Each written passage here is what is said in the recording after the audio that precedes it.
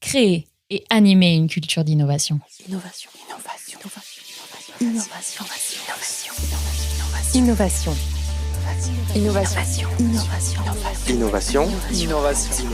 Innovation.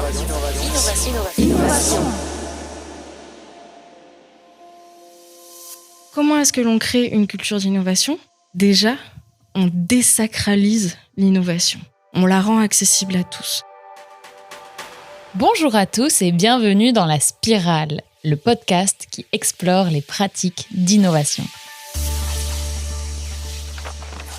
Chers innovateurs, je vous écris cette carte postale car ce matin, j'ai été happée par le TEDx de Zoé Guiraudon.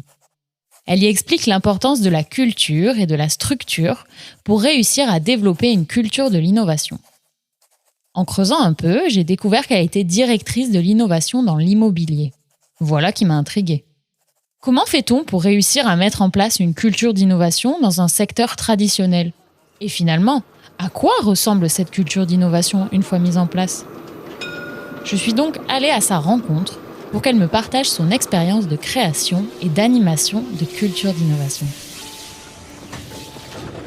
Je suis en direction du siège social du groupe GGL à Montpellier pour aller rencontrer Zoé Guiraudon, responsable innovation stratégique et méthode. Bonjour Zoé, présentez-nous GGL en quelques mots s'il vous plaît. GGL, c'est une entreprise locale qui a plus de 45 ans d'existence.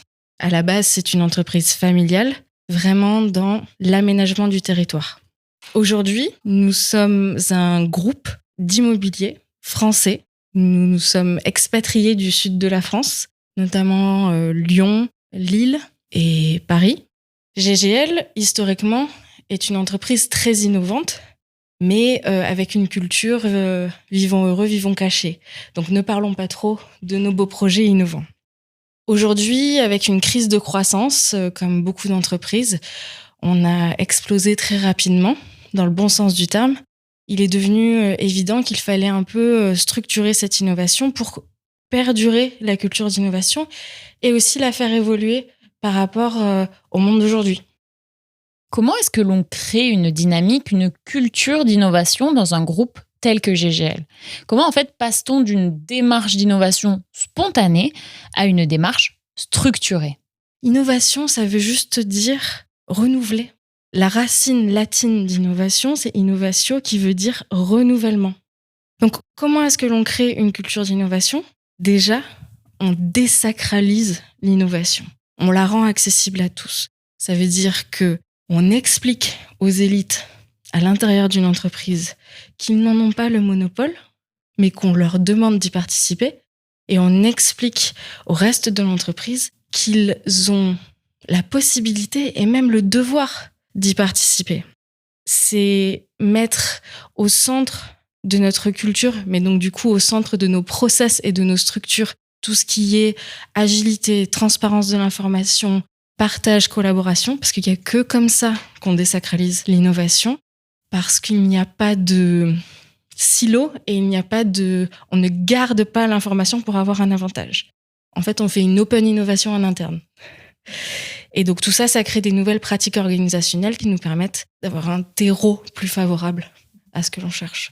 Dans votre TEDx, vous parlez de 2 leviers principaux pour créer ce terreau favorable, en fait cet environnement propice à l'innovation. Est-ce que vous pouvez m'en parler, s'il vous plaît ? Moi, je suis persuadée que toute stratégie d'innovation et tout changement culturel d'innovation passe vraiment par à la fois la structure et la culture. La culture d'une entreprise, pour moi, il y a 3 piliers indispensables. C'est la raison d'être d'une entreprise, ses valeurs et la diffusion de cette culture. Il y a 2 ans, chez GGL, nous avons commencé les démarches de définition de raison d'être. Donc, nous avons pris nos bâtons de pèlerin et nous sommes allés voir toutes les filiales partout dans la France pour des ateliers d'une journée, pour leur demander en fait quelle était la raison d'être de GGL. Et pour ça, on les a fait réfléchir sur les besoins de l'industrie, les besoins de leurs filiales, les besoins de GGL et les besoins du monde en général aujourd'hui. On a fait une compilation de toutes ces raisons d'être et elles ont toutes les mêmes valeurs. Aujourd'hui, notre culture, on est assez rassuré sur une étoile polaire, on est assez rassuré sur les envies du leadership et l'on est en train de créer une culture collaborative. Mais tout ça, c'est bien joli. Mais si jamais on essaye de créer une culture collaborative alors que personne n'a les mêmes outils ou les mêmes façons de travailler, on n'a pas fini. Donc, on ne peut pas avancer si on ne s'occupe pas de la structure. Et la structure, elle a encore 3 piliers. Et c'est la stratégie, nos choix d'investissement, et autant investissement financier qu'investissement humain et investissement de temps. Et en fait, tout ça, c'est supporté par toute une partie méthode et process. C'est pour ça que quand on a créé le service il y a 3 ans, je crois qu'on a fait 3 ou 4 noms différents pour le service. Et on s'est arrêté sur innovation et méthode, qui reprend un peu ce diptyque de sculpture-culture où nous devons créer une acculturation à l'innovation qui passe par donner les moyens aux collaborateurs et à l'entreprise de pouvoir innover avec sa culture et sa structure. De ce début d'échange avec Zoé, j'ai compris que passer d'une volonté d'innovation à une véritable culture d'innovation ne s'improvise pas. Ça ne se décrète pas non plus. Il est indispensable d'agir à 2 niveaux complémentaires, sur les fondamentaux de l'entreprise et sur la structure et l'organisation. Une fois cette prise de conscience effectuée, j'ai voulu comprendre comment GGL avait mené cette transformation. Pour cela, Zoé m'a amené sur des chemins de traverse. Sur ces chemins, on comprend vite que la transversalité est la condition sine qua non d'une culture d'innovation appropriée. Ok. Tout à l'heure, vous avez mentionné la notion de silo. L'innovation suppose une certaine transversalité, donc ça suppose de ne plus fonctionner en silo. Comment concrètement on désilote ? Comment faites-vous pour assurer la transversalité de la démarche d'innovation chez GGL ? Alors, je vais être honnête, nous, c'est un peu the challenge. Parce que une chose que j'ai pas dit, c'est que GGL, c'est une collection de filiales autour du groupe GGL, sans parler des satellites créatifs autour qui ne sont pas immobiliers. Donc oui, effectivement, nous, on a un gros problème de silotage, on a un gros problème de communauté. On a du mal à créer des passerelles entre les différents métiers dans différentes filiales, interfiliales. Mais on le sait. Donc comme on le sait, tout ce que l'on fait a pour but de déconstruire tout ça. Maintenant, il y a une chose qu'il faut vraiment prendre en compte quand on s'attelle à une tâche comme celle-là, c'est que ça prend du temps. Et on ne peut rien faire si l'on ne réfléchit pas en temps long sur une conduite du changement. On est obligé de prendre en compte l'humain, le financier, le juridique et l'organisationnel au sens large. Un exemple, on ne peut pas défaire les filiales. Et d'ailleurs, ce n'est même pas le but parce que c'est, encore une fois, plus de 45 ans d'existence. Il y a énormément d'histoires, il y a des cultures différentes. Par contre, justement, ces cultures, c'est une richesse. Et leur différence est une richesse, à condition qu'on puisse les exploiter et les partager. Quelles sont les actions que vous menez chez GGL pour justement exploiter cette diversité ? Une des choses que nous sommes en train de mettre en place, ce sont... Alors, il y a eu plein de noms différents. Comité d'experts. Et là, on est plus sur cercle d'expertise.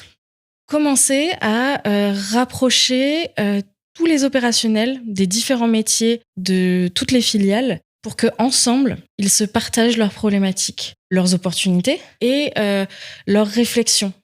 Par exemple, tous les développeurs fonciers de l'entreprise, sur tous les territoires, qui réfléchissent en commun aux outils qu'ils utilisent et comment est-ce que l'on peut les mutualiser pour, 1, faire des économies à l'entreprise et 2, de façon à ce qu'ils puissent tous travailler sur la même chose pour que le jour où ils travaillent sur le même projet, ils ont les mêmes façons de travailler.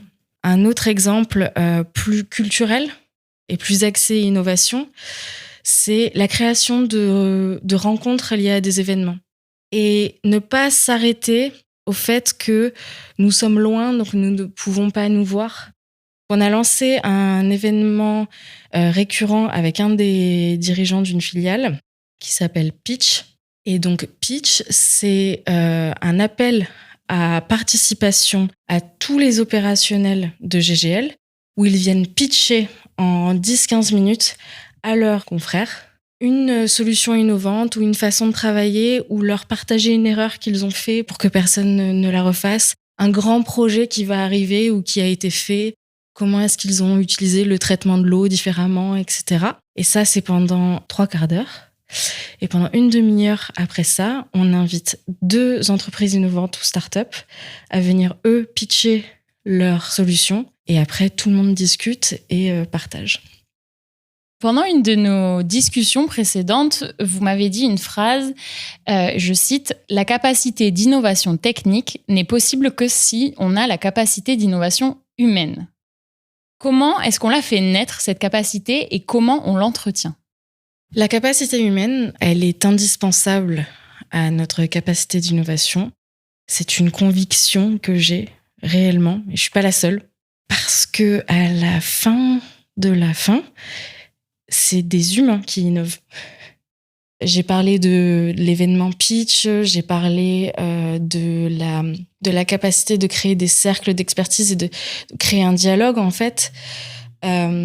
C'est aussi créer des endroits où ils peuvent se reconnaître en tant que pairs, même s'ils ne font pas exactement le même métier, et créer de l'entraide. Et pourquoi est-ce que l'on fait tout ça ? Parce que on crée de l'empathie. On crée un sentiment d'appartenance et un sentiment d'aventure commune. Aujourd'hui, quand on décide de créer une feuille de route pour avancer sur une culture d'innovation, il faut prendre en compte plusieurs choses. 1, on ne pourra pas le faire sans le leadership, on ne pourra pas le faire sans la direction. Mais des fois, la direction, il faut la faire avancer aussi avec nous à petits pas. Donc, la meilleure stratégie pour nous, ça a été l'idée du sandwich. Il nous fallait, en tout cas au début, mettre autant d'efforts en haut de la hiérarchie qu'au plus bas de la hiérarchie. Le dénominateur commun de notre sandwich, c'est la force de pédagogie. Et donc la force de pédagogie, c'est comprendre son audience. Et c'est là où je reviens à l'UX design et en règle générale au human design. Nous sommes des êtres humains avec des désirs, des envies, et nous sommes fondamentalement sociaux, donc nous avons un désir inné de vouloir participer à construire quelque chose. Comment est-ce que l'on utilise ça pour avancer, fédérer et collaborer ensemble ? Au final, l'innovation, c'est avoir la capacité de ne pas craindre d'essayer. Et si on ne crée pas une culture où l'erreur est acceptable et où on peut apprendre de ses erreurs pour créer de la plus-value, l'innovation n'existera pas. Vous l'avez compris, les 2 facettes de la culture d'innovation chez GGL sont la capacité humaine et la capacité technique. La capacité technique se nourrit d'un environnement propice, des ressources et du temps dédiés à l'innovation. Et la capacité humaine est alimentée par l'exploration, la collaboration et la mise en réseau. En adoptant des mesures incitatives telles que la création de projets atypiques, GGL incite à la prise de risque et à l'expérimentation. En fait, GGL a mis l'innovation au cœur des fondamentaux de sa culture d'entreprise. Ainsi, la culture d'innovation devient donc un actif immatériel du groupe dont l'impact et la valeur peuvent être mesurables. Dès lors, j'ai envie de savoir, quels sont les indicateurs mis en place par Zoé pour évaluer la démarche d'innovation du groupe ?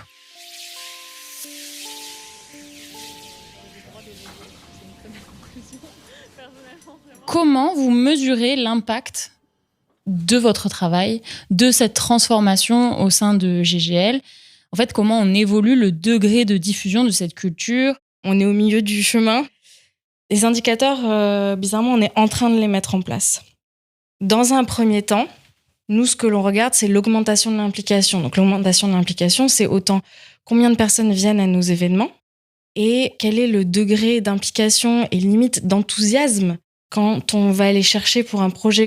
Une autre chose, c'est l'augmentation des questions spontanées sur l'innovation ou sur quelque chose, ou des demandes, des requêtes des responsables de projet ou même des directeurs qui viennent nous voir et qui nous disent « j'ai un gros problème là au niveau de mes matériaux » ou « j'ai un gros problème sur la gestion de l'eau sur une commune qui a un problème de station d'épuration. Est-ce que vous pouvez trouver quelque chose ?» Une façon de mesurer, c'est l'utilisation et l'impact des méthodes de travail et des nouveaux process de travail qu'on met en place. Toutes les méthodes de travail, en fait, qui sont très liées à l'innovation, au monde de la start-up et au monde de la tech en général, qui sont extrêmement transférables dans n'importe quelle industrie, mais qui font peur souvent. Donc, plus tout ceci devient accepté et la nouvelle norme, plus on sait qu'on avance dans le bon sens. Et la mise en place, justement, de cette structure et surtout sa pérennisation, elle est vraiment indispensable à la démarche d'innovation. Et pour finir, on est en train de définir ce qu'est un projet innovant, parce que l'innovation, c'est toujours très difficile d'avoir une définition. Tout ce qui est participation à l'intrapreneuriat. Donc, je ne parle pas du nombre de projets qui avancent avec de l'intrapreneuriat, mais la participation à l'intrapreneuriat. Parce que si on parle de culture d'innovation, on n'est pas forcément sur un rendement projet. L'indicateur pour la culture de l'innovation, c'est la participation. Mesurer l'innovation n'est pas une mince affaire. Et pourtant, c'est une étape importante de la démarche d'innovation. De mon échange avec Zoé, j'ai retenu la pertinence de mettre en place des indicateurs à la fois quantitatifs et qualitatifs. Surtout pour être pertinents, ces indicateurs doivent répondre à des objectifs que vous vous êtes fixés en amont. De mon exploration en terre d'innovation, je reviens avec la certitude qu'une culture d'innovation se construit dans la durée. Elle nécessite d'être alignée sur la stratégie globale de l'entreprise et ses fondamentaux pour être comprise et appropriée par les équipes. Mais ce n'est pas tout. Pour faire vivre la démarche d'innovation et la faire perdurer, 2 leviers doivent être activés en parallèle. La structure, c'est-à-dire l'organisation, et la culture. Et pour cela, il faut agir sur l'état d'esprit, créer un état d'esprit innovant, fondé sur l'exploration et le droit à l'erreur. Enfin, il est indispensable d'avancer progressivement, selon une feuille de route et de pouvoir évaluer sa démarche par des indicateurs à la fois quantitatifs et qualitatifs. Au plaisir de vous raconter de vive voix cette visite à mon retour. Merci à tous d'avoir écouté La Spirale, un podcast réalisé par Myriagon Conseil, société de conseil en stratégie et innovation. Prêt à embarquer avec nous pour continuer à explorer la route de l'innovation ensemble ? Suivez-nous sur toutes vos plateformes d'écoute préférées et faites rayonner l'innovation autour de vous en partageant le podcast La Spirale.